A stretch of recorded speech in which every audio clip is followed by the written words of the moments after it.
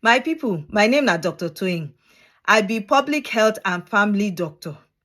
I wan talk to you today about wetin dem dey call human papilloma virus or HPV, and I go talk about im vaccine. You go ask yourself, say wetin be vaccination? Vaccination dey happen when you go come expose the body to infection so that the body go produce soldier. That soldier na im dem dey call antibody.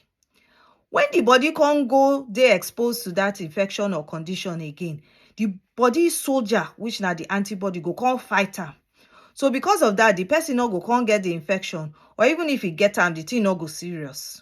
For the whole world in 2022, this cervical cancer na the fourth most common cancer for woman. But unfortunately, 350,000 women na im from this cervical cancer. In 2020 in England, 702 women from cervical cancer.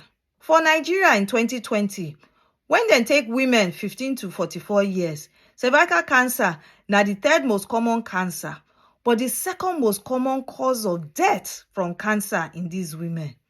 And unfortunately, 8,000 women na im from cervical cancer. Make I give you 5 facts about HPV and the vaccine. 1. Human papilloma virus na the most common sexually transmitted infection for the world. And e get many strains, but the strains when they dangerous pass na the ones when they call type 16 and 18. When they take women when get cervical cancer, then find out say more than 90% of them get this strain 16 or 18.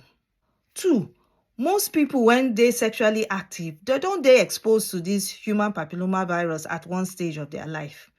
Most people, because their body dey strong, then go fight am, you no go get any problem. But for some people, especially when you dey always expose yourself, you go come develop the infection. Then, unfortunately, 10 to 20 years down the line, you fit get cervical cancer. Na im make it good make you get the vaccine. 3. This HPV vaccine, e good make dem give am before una start to do intercourse, so before 15 years.